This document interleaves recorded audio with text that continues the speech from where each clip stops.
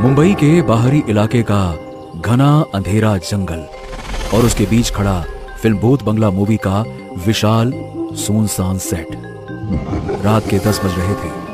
सन्नाटा इतना गहरा था कि सूखे पत्तों पर रेंगते कीड़ों की आवाज भी साफ सुनाई दे रही थी।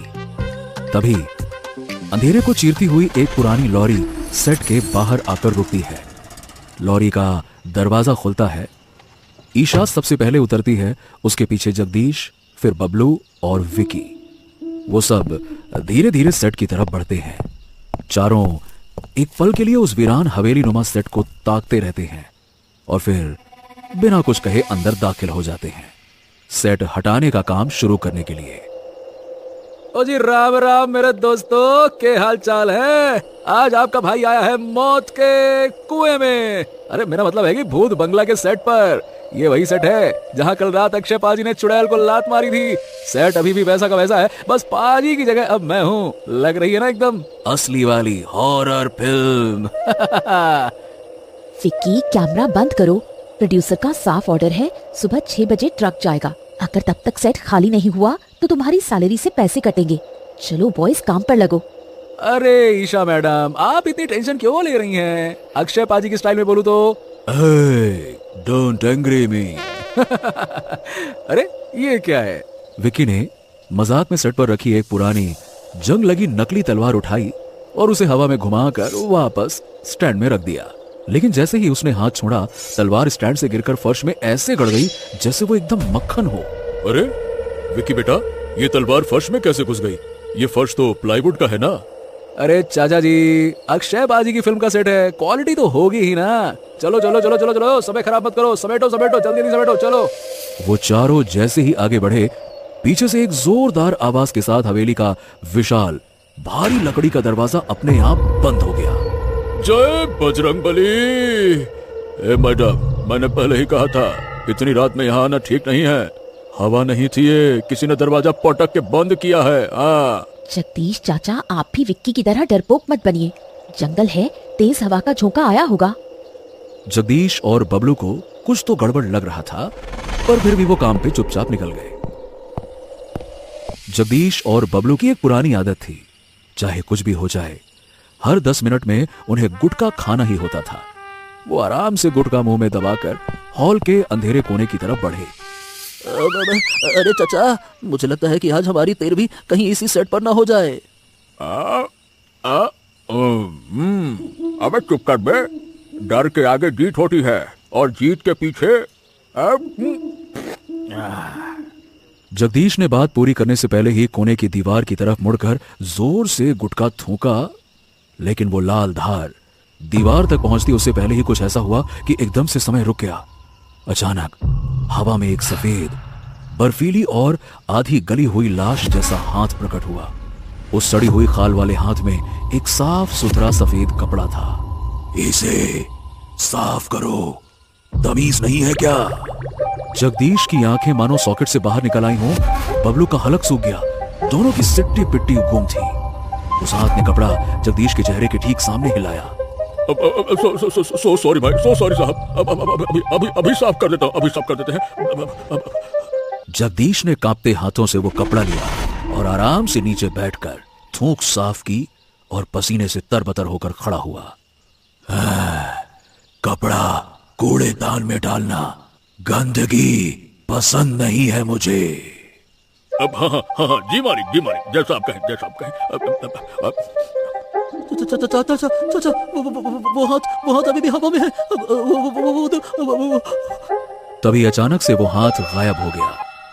जगदीश और बबलू एक सेकंड के लिए एक दूसरे को देखते रहे और फिर बिना पीछे मुड़े अपनी चप्पलें हाथ में लेकर उस कोने से ऐसे भागे जैसे उनके पीछे साक्षात यमराज खड़ा हो। भागते भागते भागते भागते वो सीधे ईशा और विक्की के पास पहुंचे। ईशा विक्की के साथ मिलकर सामान की लिस्ट चेक कर रही थी। बचाओ बचाओ बचाओ मैडम, बचाओ। सेट पर सफाई कर्मचारी का भूत आ गया है। हाथ में कपड़ा लेकर। हाँ, वहाँ हाथ में कपड़ा तैर रहा है। अरे मेरा मतलब है कि एक हाथ तैर रहा है मैडम, कपड़ा लिए हुए हाथ तैर रहा है। अपनी आंखों से देखा हमने। बस करो तुम दोनों, ये फालतू के बहाने बनाना बंद करो। सफाई कर्मचारी, भूत, कपड़ा, तुम लोगों को शर्म नहीं आती? काम चोरी की भी हद होती है। अरे मैडम, खुदा की कसम कहता है अपन, वहाँ कोने में हमने एक हाथ देखा है मैडम, उसने हमें। चुप, एक शब्द और नहीं। जगदीश चाचा, आप सबसे पुराने हैं, आपसे ये उम्मीद नहीं थी। उठाइए वो कुल्हाड़ी और वो सामने वाली दीवार तोड़िए। ईशा की सख्त आवाज के आगे उसकी एक ना चली। जगदीश ने कांपते हाथों से कुल्हाड़ी उठाई, एक गहरी सांस ली और पूरी ताकत से कुल्हाड़ी दीवार पर दे मारी। लेकिन कुल्हाड़ी लगते ही जो हुआ उसने सबके होश उड़ा दिए। लकड़ी के फटने की आवाज के साथ वहां से खौलता हुआ ताजा लाल लाल खून गर्म फव्वारे की तरफ फूट पड़ा। खून की बूंदें जगदीश के चेहरे और ईशा के कपड़ों पर जा गिरी। अरे बाप रे बाप, ए चाचा, आपने किसी दीवार को नहीं, इंसान को काट दिया है। देखो तो सही कितना खून बह रहा है। बाप रे बाप, ये तो असली खून है मैडम। अरे भागो भागो यहाँ से मैडम, कुछ तो है यहाँ पे। भागो भागो मैडम, यहाँ से भागो। चारों दहशत में पीछे हटे, पूरा फर्श लाल हो चुका था। ईशा ने कांपते हाथों से पास लगे लाइट के स्विच को ऑन किया और जैसे ही तेज दूधिया रोशनी सेट पर फैली, वो बहता हुआ खून गाढ़े लाल पेंट में तब्दील हो गया। सब शांत हो जाओ, डरो मत। देखो, ये सिर्फ पेंट है। फिल्म में ब्लड पंप सिस्टम इस्तेमाल होता है ना, शायद उसी का पाइप दीवार के पीछे रह गया होगा।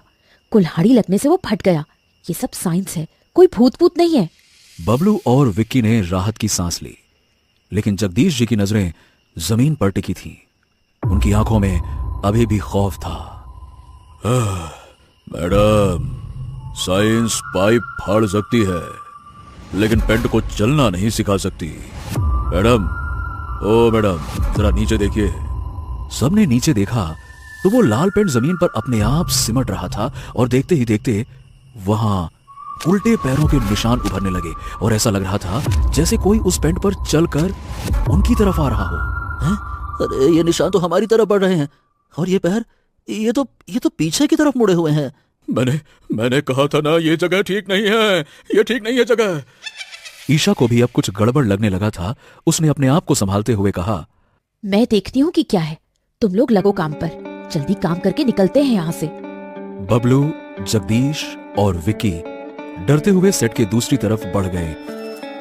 करीबन आधा घंटा निकल चुका था। हॉल के बीचों बीच विक्की एक ऊंची सीढ़ी पर चढ़ा हुआ था। उसके सामने छत से एक भारी झूमर लटक रहा था जिसपे एक नकली चमगादड़ चिपका हुआ था। सब कुछ भूलकर विक्की ने सोचा कि क्यों ना एक बार रील बना ली जाए। हाँ, तो गाइस जरा ये देखो, ये कितनी घटिया प्रॉपर्टी। देखो क्या हाल हो रखा है इसका। अब देखना, आपको दिख रहा है वो अब आपका भाई इस नकली चमगादड़ को उखाड़ कर फेंकेगा। ठीक है, देखना अभी मजा आएगा। 1 2 3। जैसे ही विक्की ने उसे हटाने के लिए अपना हाथ बढ़ाया, उस चमगादड़ ने अचानक से अपनी लाल अंगारी जैसी आंखें खोली और सीधा विक्की की आंखों में झांका।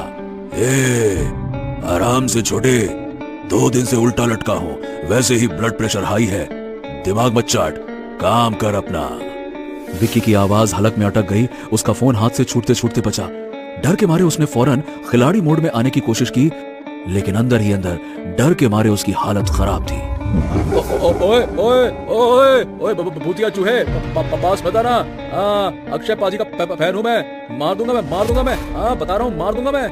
विक्की की बात सुनकर चमगादड़ अचानक से खिलखिलाकर हंसा और अगले ही पल पूरे सेट के स्पीकर्स में अपने आप तेज म्यूजिक बजने लगा और वो चमगादड़ झूमर पर उल्टा लटके लटके ही अपने आंखों से बाला वाला हुक स्टेप करने लगा। वो ताल ठोक रहा था और हवा में गुलाटियां मार रहा था।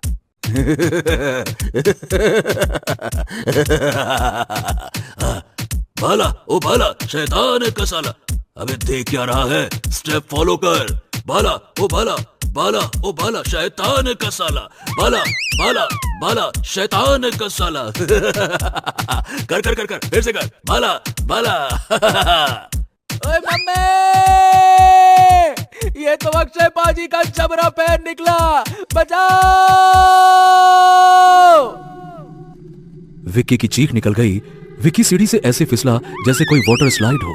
वो जमीन पर गिरा और चप्पल वहीं छोड़कर नंगे पैर हॉल की तरफ भागा। विक्की की चीख सुनकर जगदीश और बबलू भी भागकर हॉल में आ गए। अब जगदीश, बबलू और विक्की तीनों हॉल के बीच में खड़े थे। तीनों के चेहरे सफेद पड़ चुके थे। ईशा अभी भी अपना माथा पकड़कर खड़ी थी। उसे लग रहा था कि ये तीनों मिलकर उसे बेवकूफ बना रहे हैं ताकि काम ना करना पड़े। अब क्या हो गया? मैडम मैडम मैडम वहाँ वहाँ वहाँ एक चमगादड़ नाच रहा है। बाला ओ बाला, बाला ओ बाला शैतान का साला कर रहा है और उल्टा मुझे बोलता है कि तू भी नाच। झूमर के ऊपर अक्षय पाजी का हुक स्टेप कर रहा है। कसम से कहता हूँ वो अक्षय पाजी का जबरा फैन है, मुझसे भी बड़ा फैन लग रहा है वो। बस बहुत हुआ तुम लोगों का। कोई सफाई वाला हाथ नहीं है, कोई नाचने वाला चमगादड़ नहीं है। तुम तीनों को बस काम चोरी करनी है। रहने दो तुम लोग, तुम्हारी खबर तो मैं कल ऑफिस में लेती हूँ, खुद कर लूंगी मैं सारा काम। इतना कहते ही ईशा ने अपने ठीक पीछे लटकते हुए काले पर्दे को एक झटके में हटाया। देखो कुछ भी नहीं है यहाँ पर सिवाय धूल के। उस पर्दे के पीछे एक आदम कद ड्रेसिंग मिरर था जिसके चारों तरफ चमचमाती लाइट्स लगी हुई थी। उस शीशे में ईशा का प्रतिबिंब दिख रहा था जो उसे एक टक घूरे जा रहा था। ईशा एकदम से ठिठक गई। वो डरते डरते आईने के पास गई पर उसका प्रतिबिंब अभी भी वहीं खड़ा था। तभी उस आईने से एक आवाज आई, मैडम मेकअप थोड़ा खराब हो गया है, ठीक कर दो। ईशा के पैरों तले मानो जमीन खिसक गई। वो एकदम से पीछे हटने लगी, लेकिन शीशे के अंदर से अचानक से 2 हाथ बाहर निकले और ईशा की ओर बढ़ने लगे। नहीं, ये मुमकिन नहीं हो सकता। ये कौन सा स्पेशल इफेक्ट है? हमें यहाँ से अभी निकलना होगा। विक्की बबलू चलो। कोई कहीं नहीं जाएगा, बैकअप का टाइम मैंने तय किया है और आज कोई घर नहीं जाएगा। तभी उस शीशे में दरारें पड़ने लगीं और एक तेज आवाज के साथ वो शीशा चूर चूर हो गया। ईशा ने देखा कि उस हॉल में चारों तरफ भूत बंगला फिल्म के पोस्टर्स लगे थे और उसमें अक्षय कुमार की जगह उसकी तस्वीर छपी थी। भागो, यहाँ से भागो, ये कोई प्रैंक नहीं है। अगर अपनी जान बचानी है तो हमें अभी इसी वक्त यहाँ से निकलना होगा। ईशा की हालत देखकर बाकी तीनों की हालत और पतली हो गई। अब चारों उस भारी भरकम बंद दरवाजे के पास जाकर पागलों की तरह उसे पीटने लगे। लेकिन तभी ऊपर की बालकनी से जोर जोर से हंसने की आवाज गूंज उठी। एक ऐसी हंसी जो इंसानी कम और शैतानी ज्यादा लग रही थी।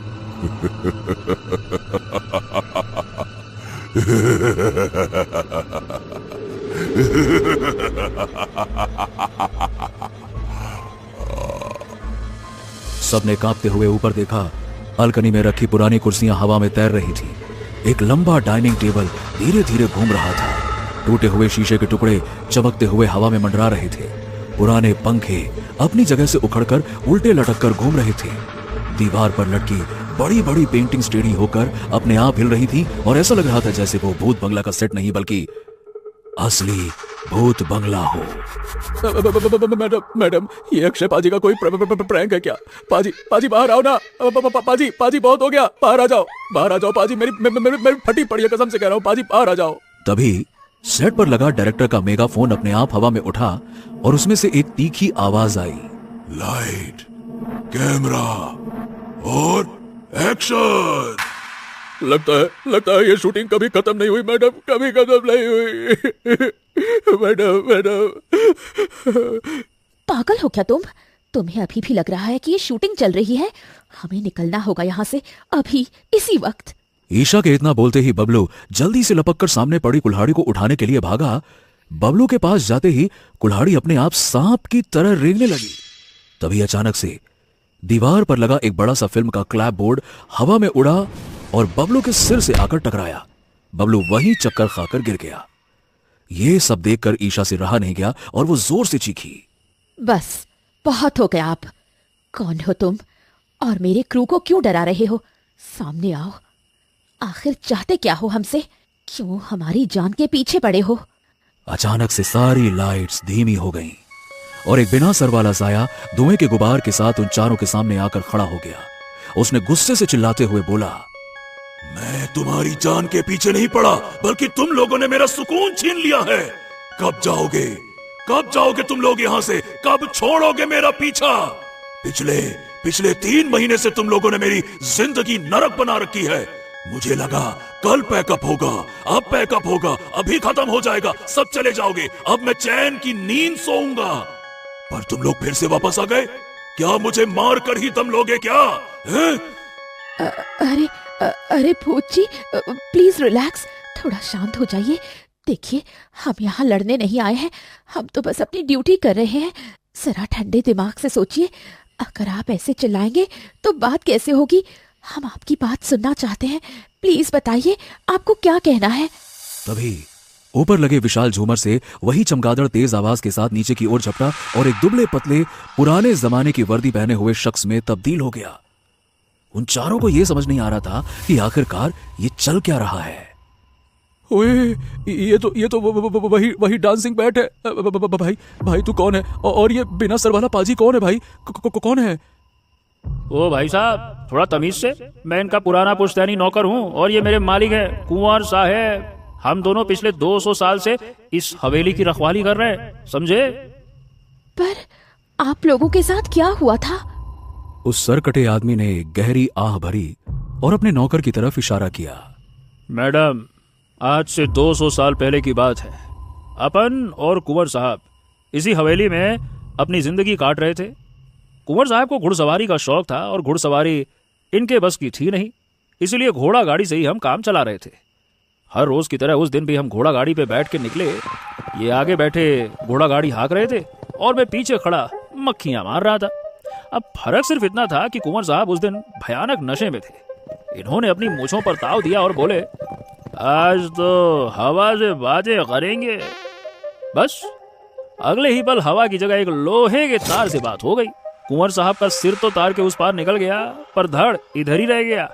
एकदम फास्ट एंड फ्यूरियस स्टाइल में पैकअप हो गया इनका। और मेरा नसीब तो इनसे भी खराब था।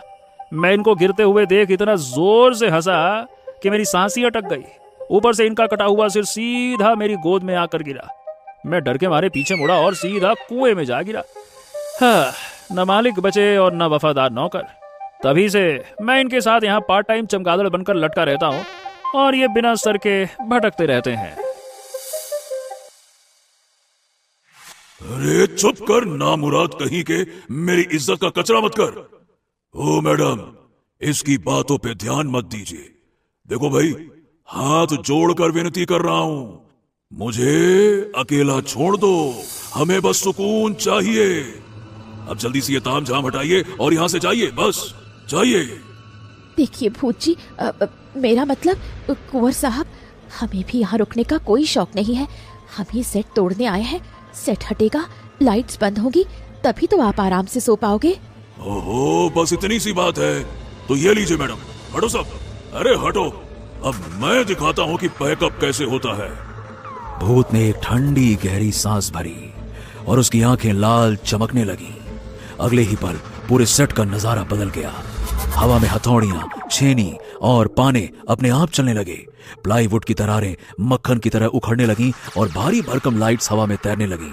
पूरा सेट बिजली की रफ्तार से इधर उधर हिल रहा था, मानो कोई भूचाल सा आ गया हो। और फिर पलक झपकते ही सारा सामान एक एक करके बाहर खड़े ट्रक के अंदर परफेक्टली फिट हो गया।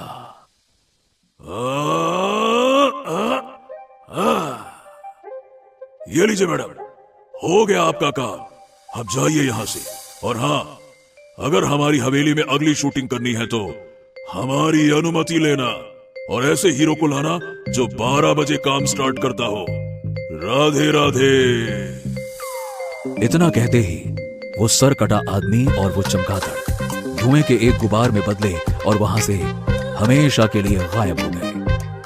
चारों की जान में जान आई। ईशा, विकी, बबलू और जगदीश बिना एक पल गवाए उस सामान से भरे ट्रक में ऐसे कूदे जैसे ओलंपिक की रेस जीतनी हो। और ट्रक धूल उड़ाता हुआ जंगल से बाहर निकल गया और भूत बंगला का सेट वापस से असली भूत बंगले में तब्दील हो गया। दोस्तों, कैसी लगी आपको ये खौफनाक और रोमांचक कहानी? नीचे कमेंट करके जरूर बताइए। और अगर आपको ये कहानी पसंद आई तो लाइक, शेयर और भूत नाशक पार्टी को सब्सक्राइब करना ना भूलें। हर शुक्रवार हम लाएंगे एक नई हॉरर स्टोरी, तो तुरंत बेल आइकन को दबा दें ताकि ऐसी ही हैरत अंगेज कहानी आपसे कभी छूट ना जाए। क्योंकि डरोगे तभी तो आगे बढ़ोगे।